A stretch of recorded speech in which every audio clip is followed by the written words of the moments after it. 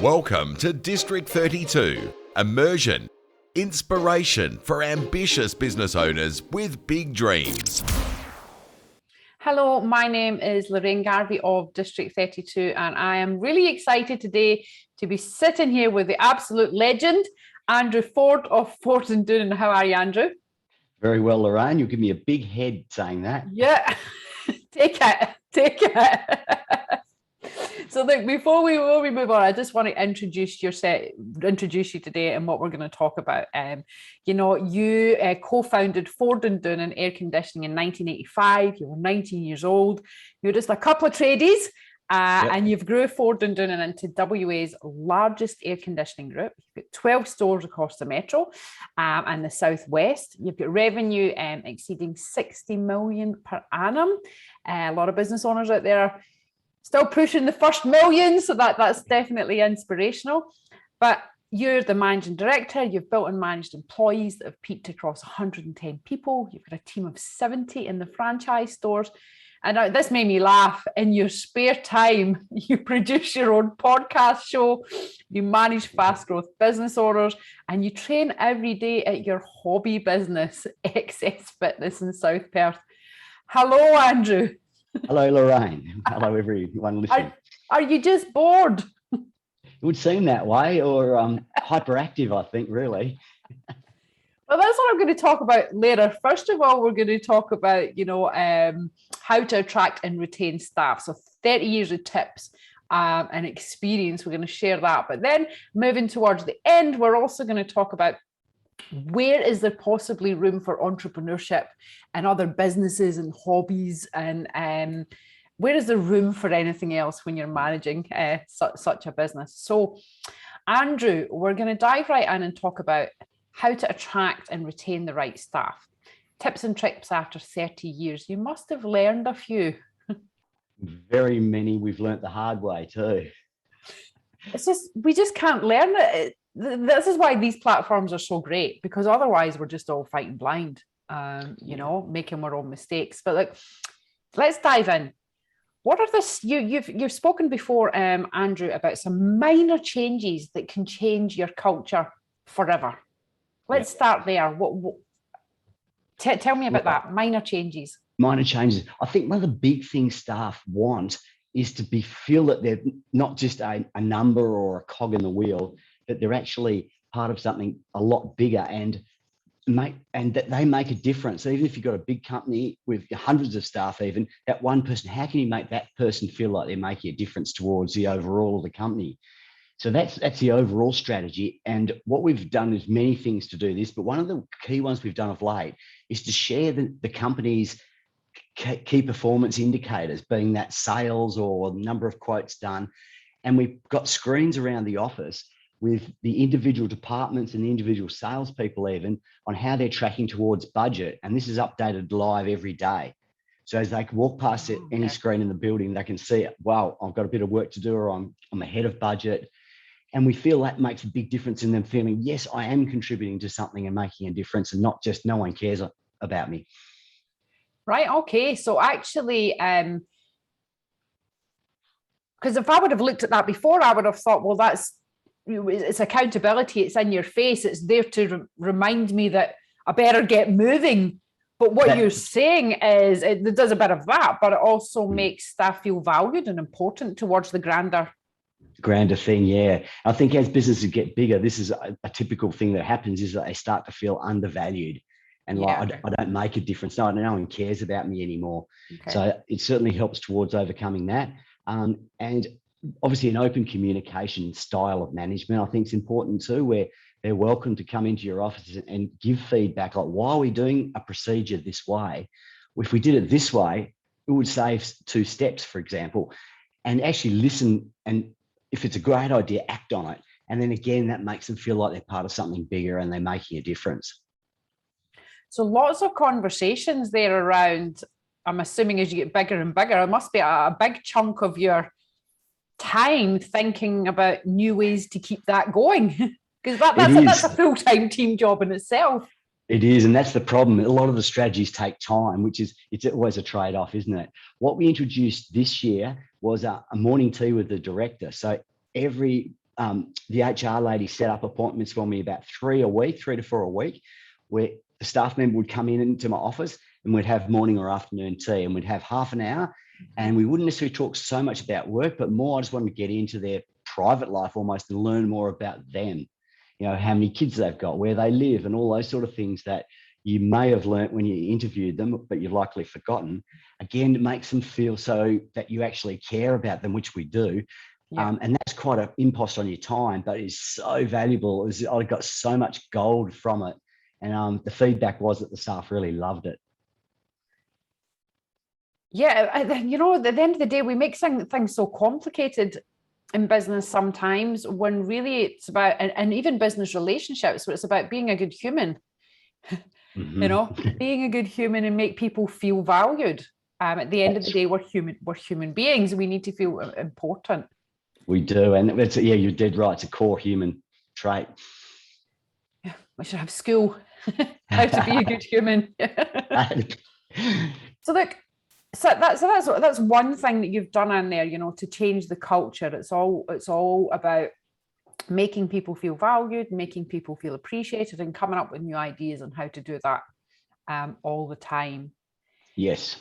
Now, Andrew, you've also another question I wanted to ask you here was, you know, because when we interview, and we've all heard of great interviewing tips, and people say, what is it they say, you know, hire slowly, fire fast, and you meet somebody and you've got the great rapport and they're ticking all the boxes when you're bringing them on, and 2 months later they're gone. Yeah. Why is it that some staff, you come on and they're with you forever and for life, and others are out the door as quick as they're in?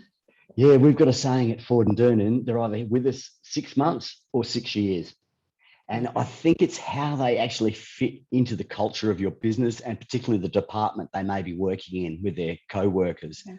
And the co-workers do a great job almost of filtering out the ones, rightly or wrongly, that don't fit the culture that's existing in there. And you might lose some good people, but they don't fit the culture. But the overall department is a more important thing than any star individual.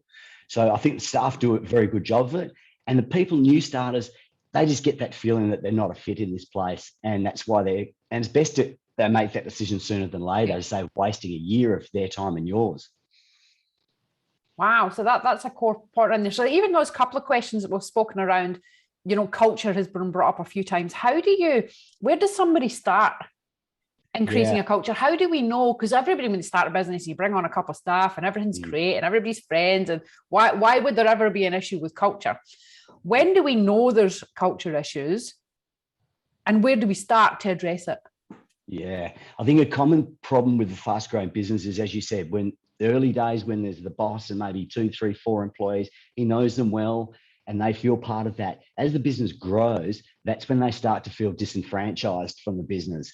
So how do you create a great culture? I think a lot of fun events, we have lots of different events throughout the year. Away from the workplace, we might go 10-pin bowling. Last week we had a quiz night. You haven't heard of those for a while. So we do lots of events where you can build rapport outside of the office, and it's not all about work. And you start to build more of a friend type relationship, I guess, than just an employer-employee relationship. Okay. Thank you, Andrew. I'm sitting here with a little mental notepad and pen myself, which is awesome. So you know, staff, we can't grow without staff members. Yeah. You know, there's a famous saying, isn't it? You can't live with them or without them.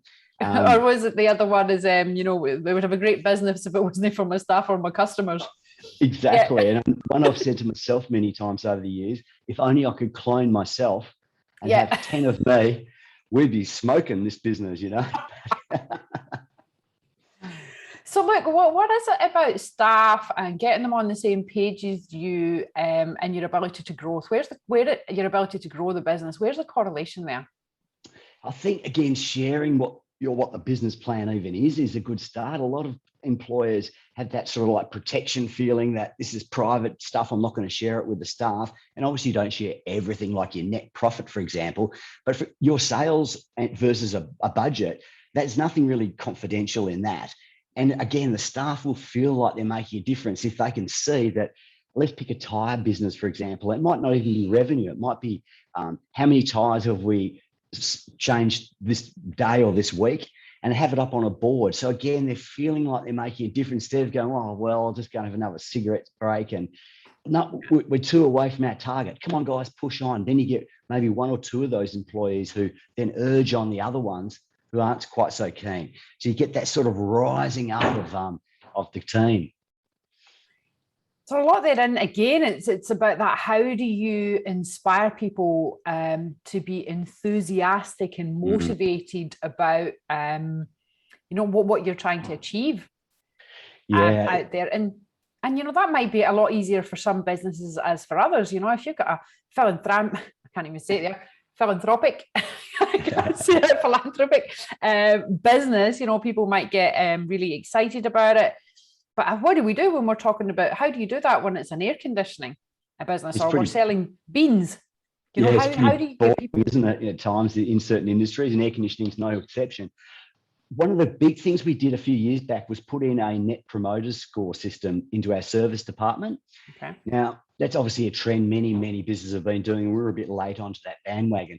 What we didn't expect to happen was that once you got that sort of dashboard on your net promoter score, the NPS, they suddenly cared if we dropped 1 or 2 points. And we really didn't think they would care as much as they did. We thought it's great, for getting customer feedback, and so we can improve the business overall. But we didn't think we'd get the buy-in that we did from the staff. And suddenly they're celebrating. Look, we were up 5 points for the week or the month. So that's another key one, and it's very simple to implement. And that comes back then, I guess, to individual achievement, because people want to feel as if they're achieving, not just contributing, but actually achieving result-setting targets. But also, you have those who really want to be part of a team and get that team camaraderie. We did it. That's right. And that's very hard to often do. And again, one bad apple in any department can, sabotage that very, very quickly. So one skill is to try to identify which one may be that bad apple in the basket, and try to move them away altogether or out of that department at least. But another thing we do, again, that staff, especially new staff, when they've started, when they get their first one, they come to us and say, I've never heard of this happening. Every single staff member, on their birthday, we mail them a birthday card handwritten in by myself and the other director, which was quite a chore when we had 110 people. And we say, obviously, happy birthday, but it also allows you to make a note into them, say, thanks for all you contributed, you're making a big difference to the business.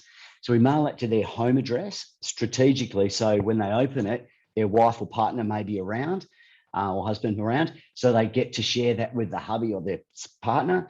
And in there, we also give them like $50 gift voucher for Bunnings, I think is what we're doing at the moment. So it's not about the gift itself. It's just about taking the time to write that personally and not have your secretary do it, or just be a generic one. Wow. I mean, you've won so many awards. Yes. For customer service. I think, do you win one every year, Andrew? It feels like that, isn't it? Yeah, right. It's great. So, we have to learn from you, because that customer service, what you're doing, externally, you're also doing internally. Because if you weren't doing it internally with your staff or your team, you wouldn't be getting all these awards, right? That's right. It all starts from the team. You can have the best policies, but if no one's practicing them, then obviously it's a futile exercise.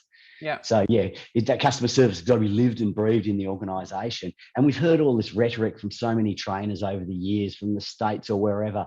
And we do bring a lot of external trainers in. For example, we've got one breakfast coming up with the staff where we've got a customer service specialist coming in to train us on this.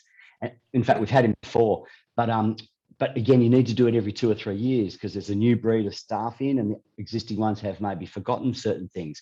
So we're always big on training. And if staff come to you and say, look, there's a course I found that I'd really like to do, if we think it's got merit for both them and the company, we'll pay for that course. Yeah. If it's been done out of hours or partly out of hours at least. So we're always trying to upskill them, because everyone wants to feel like they're moving forward and not just stuck. Yeah. What's that other saying? Train your staff like what was that one? Train them so that they could leave, but they never want to. Yeah. So just keep training and training and training and upskilling and Yeah, helping. exactly. Because I think pay rate's about fifth or sixth out of 10 on the reasons people leave an employer. Wow. We all automatically think, oh, they've left for more money. But that actually is a lot lower priority than from the surveys I've read, a Yeah. lot lower priority than we may all think. Obviously, money's important, but that's not the be all end all. Wow. So how does an organisation attract the right staff in the first place? Yeah, where do we start? it's very hard, isn't it? And right at the moment in WA, of course, we've got such a skills shortage and labour shortage. We, for example, in our service department, we've got 3 vans ready to go, kitted out. We've got no one to drive them around and be service techs in them. But we're booked for 2 weeks in the middle of winter, which is unheard of. That's normally summer. Wow. So obviously that then affects your revenue. So it limits how much you can grow. So for that reason, we do want to attract as many as we can, which is hard at the moment, but certainly not have any leave, because that just compounds the problem. So how do we become? I think the first thing is to identify in your own head and amongst the management of the business, we want to be famous for being a place people want to work at. And that's the first step. And then from that, you create these little innovations and listening to what the existing staff may want to change. For example, they might want to go to a rostered day off a month or something like that. And if that's what they want, and it's a pretty consistent theme, then odds on someone wanting to join your company will also see that as a benefit. So listening and then implementing it to the external also makes a big difference. Which is always hard about meeting in the middle, right? Where's the compromise from what? Yes. Because you must get that. Well, depending on the people who are just going to keep asking and asking and asking and asking. Well, we'd like a longer lunch, and we'd like an RDO, yes. and we would like. And some days you get so frustrated with the whole thing, as we all do as people, and staff especially. You just feel like, oh, what do I got to do here? I feel like I'm just working for them and not the actual customers. But as you pointed out, if you've got a happy workforce, they're going to display that to the world, and you'll get overall customer service levels are going to go up. That's right. So attracting the right staff then is about identifying what's important to your current team. Yes. Because the people that you're bringing in are going to have to be in line, and they're going to stay around when they fit within the current team.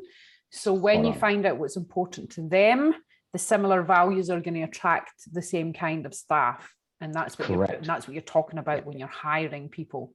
Right. Yes. Okay. That's a really great point.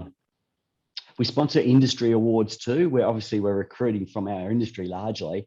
So we like to maintain a profile in that area as well. So most people know of Ford and Doonan, but they see us supporting the industry that they are working in.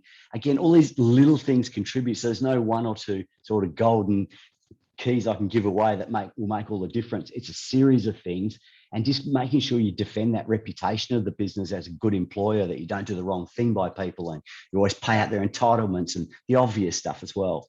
Yeah. So when we're looking at teams, and this is where I'm just going to pick in some questions there, probably selfishly, but how do you, because you don't know, sometimes you don't know you've got a problem until the problem's been fixed and it's not there anymore, so you might think you've got a high performing team and that everything's hunky-dory, and then something shuffles around and then you find yourself in a high functioning team. Right? But what are the early warning signals of individuals and in teams?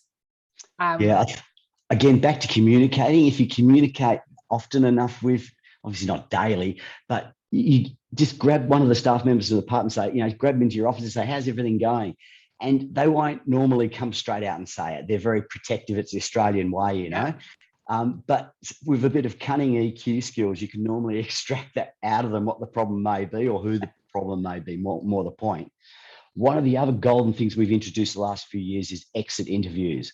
So that's about the only time most people will honestly share, because they're on their way out the door now. Their co-workers, what were their co-workers, are no longer, and you hear the truth most of the time from an exit interview, and they are just golden. So we exit interview every single person, and then that feedback we probably treat more seriously than anything in regards to the culture of a department or the business overall. Have you been in a position where you've had, so much happening on the floor in the different departments that you've had to actually stop and say, right, we have to fix the culture here? Yes. Yeah, we have. Many times? Generally, when the whole industry is sort of struggling or the economy is struggling, and therefore most businesses, including us, we're not celebrating, oh, we got record sales this month. In fact, we don't celebrate that we've gone backwards, for example, but they can feel it, the staff, and that's when the culture normally starts to spiral, when they don't feel they're on a winning team anymore. And that's very hard to arrest that, because if it is a bit tough, there's nothing you can really do about it. So we then become more proactive in events and that sort of thing, and just listen more at that point, get them maybe in more often for a morning tea or something. Okay. But it's really, really interesting. I mean, and the importance that you're placing there of that, I'm on a winning team. Yeah. Everyone likes to be on a winning team, don't they? Not a losing team. Yeah, okay. Well, I think that's an important message out there, particularly, I know that's put a timestamp on this interview around COVID. When a lot of businesses have been suffering, times are tough.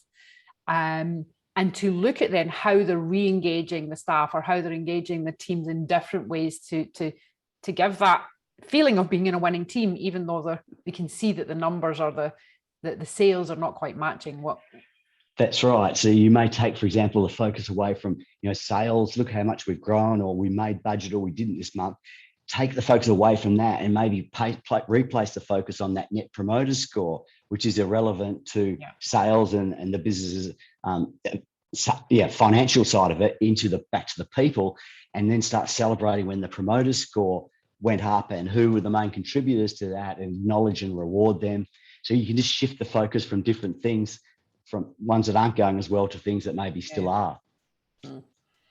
Another thing, I don't know if you do this, or maybe I pinched it from somebody, maybe it was you years ago, Andrew, but we've got this thing, we use Teams, Microsoft Teams, and I've created a channel in there called Bravo the Bear.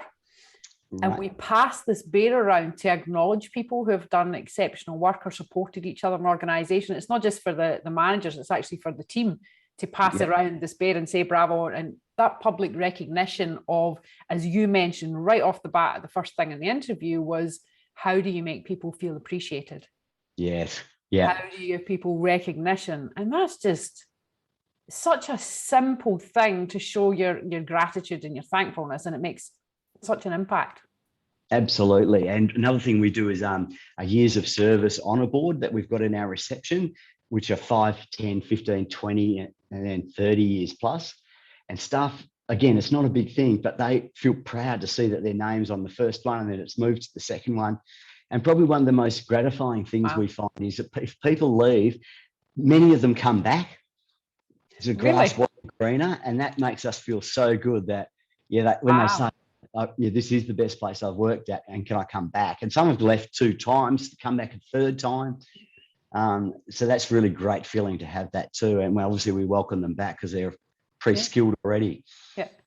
Wow. And your team must feel really involved then on that winning team because of the sheer amount of awards that you guys won as well. I'm assuming that the whole company celebrates that and contributes.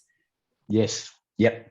Absolutely. Share that. And also we've got a private Facebook group that we share like client reviews, 5-star reviews, or that we share with the whole team, noting who created that, who the particular person was. Again, going to your point of not acknowledging them. And that's like a private group that we can share. Like, it's a 1-year anniversary of Lorraine's start date at Ford and Doonan. So 2 years are for this person. So we're always trying to communicate and share and make even the newest people feel important. Yeah, okay. So lots of tips and tricks in there about how to show how your gratitude and your appreciation for people, to make them feel valued. Yeah. And we've also spoken about culture. What are the early warning signs that you've got the wrong person on the bus? Or again, is that all just going to come back to they're not fitting in? It'll probably come back from not fitting in. Okay. And you can just normally, especially women are very good, more intuitive than we guys are, at just sitting back and watching the dynamics of a particular department, be it 4 or 5 people, and who's been sort of ostracized and not included. You can quickly pick up that there's sort of maybe not necessarily a bad apple, just not a fit for that person, for that particular culture. And sometimes it's a matter of moving them from one department to another. and they're a better fit into another department, doesn't necessarily mean they have to go out the door. And on that same point, we also try to cross-skill different departments, because we've got an installation department, a service department, and what they do is very different day to day. But we'll grab one admin person from service and swap them with install person. What that does is two things. They've cross-skilled, so they could always go and work in that department if someone's sick or there's a long period of holidays or something.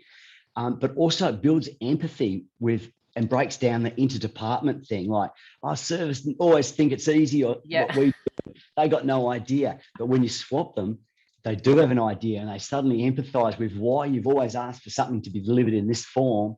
Now you understand why you've been asking for that. So that cross-pollination of departments is also a really powerful one. That's great. I mean, Andrew, that's all right. I think that, because you've got different departments, that's great, to shuffle people around. But what do you do if you're only in a team of 5 or 6 and there's someone's not a good fit? And I'm not sure, you can't just sack them and say you're not a good fit. No, you can't. Not these days. You can't do that these days. We could do those days, but you just can't do that. So how do you massage that? It's a really good question. Well, what I'd suggest is probably grabbing that person that isn't the fit and just try to find out what they're feeling and thinking. And even just ask them straight, look, I'm observing that it doesn't look like you're fitting in quite as well as the other people do. Why do you think that is? And they'll normally come out and say it's because of this or it's because of that.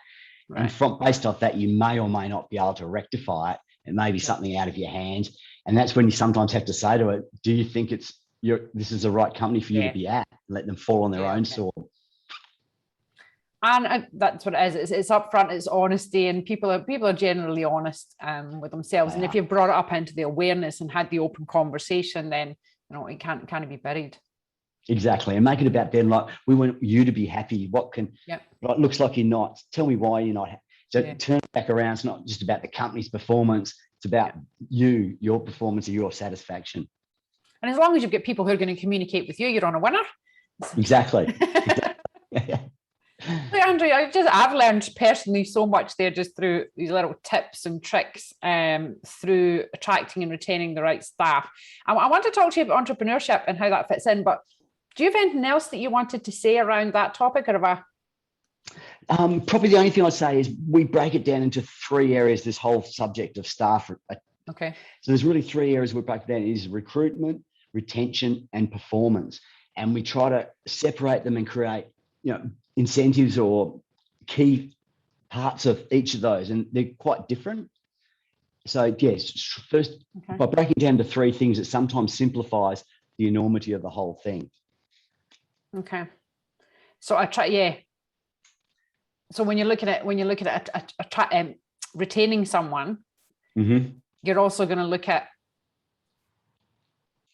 how you marry the performance up with that. Correct. And your eyes and the eyes of the employee, and look at different strategies for each. Correct. And by breaking it down to 3, you may only focus on one at the moment, might be retention. And you can forget about the other 2 for a moment and just focus on that one, as opposed to trying to focus on the whole lot. And as we know, often that just goes, it's all too hard. Yeah. Just shut the doors. We're done. Where's that cloning machine again? Which wouldn't work anyway, but we can dream. Yeah, we probably wouldn't get on with our own self. So look, Andrew, I mean, what you've achieved is just phenomenal, and how because you're now, you've got your podcast, you've got a hobby business. You say it's a hobby business. It's a full fitness centre in South Perth, with staff in a building, and it's an actual business in our eyes. And you're also an entrepreneur trainer for business owners and CEOs and entrepreneurs who are looking to get to the next level, or and get some assistance in their business. Where does maybe that's where I'm at in my life at the minute, where you're still absolutely engrossed in the business that you've got, and it takes everything from you. Where does the management, because management is a beast in its own, management, there's management of the business, and then there's the growth of a business, these 2 major components of sustainable business. Where is room for entrepreneurship? Where does that fit in? Does it start in the evenings, or do some people have it and some people don't? Does it? I don't know. Just tell me. It doesn't compute. I understand exactly what you're saying. And I think, yes, some people do have it and some people don't for a start. Yeah. And it's so easy to get swallowed by our businesses. It happens to all of us and still happens to me. And especially while the business is smaller and you might not have that middle management structure in to shield you from the day to day and you're in the firing line of everything, it's very, very hard to then get also that work-life balance and the family side of it mixed in with that just gets so complicated. So I think depending what stage your business is at, if it's very early in it, you just really have to put your nose down to the grindstone and just work hard, forget about the peripherals except for family, and just go for it. But once it's reached a certain size, and it's a very scary thing, is to try to put someone in who can at least do some of your job. Otherwise, you're never going to release yourself for the time to be able to be the entrepreneur and to think laterally and to maybe bolt on other businesses or different avenues, sales avenues. So it's I haven't got the golden answer to that one either. Because I haven't mastered it all by myself, especially in the early days. But I guess you did answer the question in that you're saying, when you start to bring on that level of management and middle management, you're not going to find a replacement for yourself. You're maybe looking for someone who can do a high percentage of your job in that management, or a high percentage of your job in the growth area. One person is not going to be you. That's right. Yeah. So if you divide up, say you can get rid of 2/3, a third you're always going to have to do yourself as a CEO or director, paying all the bills and that sort of thing. But let's say you've got 2/3, a third you have to keep. You might spread that 2/3 across 2, 3, 4 people, even. As you said, it's a great point. He's not going to just get someone to go and do that other 2/3 like you did. But grabbing bits of it and passing it out. And the ability to do that and let go of it is one of the keys, I believe. You may have heard me say this before, is letting go and trusting your staff and accepting that they're not going to do it exactly the same as you. And it may not be to the highest standards of you, but it's good enough for what you need to achieve for a bigger objective. Yeah. So Andrew, you've got these businesses, which is great. What really inspiring you? I know that might have changed over the years as you go on, but right now, today, what's the thing that's getting you out of bed and it's the most exciting for you? Yeah, good question. I do love challenges. So I still haven't finished, got so many other great ideas but it's like everyone else, I haven't got the time to spend on it, So I'm certainly not endless time. So I'm always looking for something bigger to innovate, particularly the industry that I'm most familiar with, air conditioning, and look at something nationwide. I don't know, I've already got a plan in mind on that one, and when I get the time, I'll spend more on that one. But I think it's always, I personally get a lot of satisfaction about being sort of a market leader, and to ensure that drives me to ensure that we always stay that way. And the last thing I want is to look back and go, or have people look back and go, I remember Ford and Doonan, they were really big one day, this maybe in 20 years time, and now they're just a dinosaur, irrelevant, and now a lot of businesses go that way because they don't try to keep up, they don't reinvest, and they just cruise along into retirement, and then the business is withers away. That's not what I want. I suppose I want to create that legacy that lives on for generations more, which means always be innovating into IT, putting new systems in and procedures and software, hardware. As you speak now, I think it must be harder to sustain it than to get there in the first place. Yeah. It's like the boxer with the title, you can get there, but then everybody else is fighting for it from you. Yes, exactly. And it feels like that. Sometimes you're walking around with competitors throwing knives into your back. And in our space, who controls a builder? The builders now do so much of the air conditioning at the building stage. So if you haven't, I call it like musical chairs, the music stopped and not everyone got a chair. So the ones that haven't want your chair, your client. And sometimes I walk around looking up with daggers in my back and you're defending them whilst trying to get new ones. It's always a game. But what drives me is, I suppose, that staying and being number one. Wow, awesome. Andrew, thank you very much again for sharing your insights, tips, wisdom. We've got loads of listeners out there who are going to see this, going to hear it. I'm really looking forward to seeing you present at the Connect Premium event again this month. You're one of the most well-received presenters, and that's because you've been there and you've done it. You're speaking from experience. So I'm really, really excited about that. Thank you very much. I have learned heaps today, as usual, and I'll look forward to seeing you soon. Thank you. Thanks for having me. Thanks, Andrew. Bye.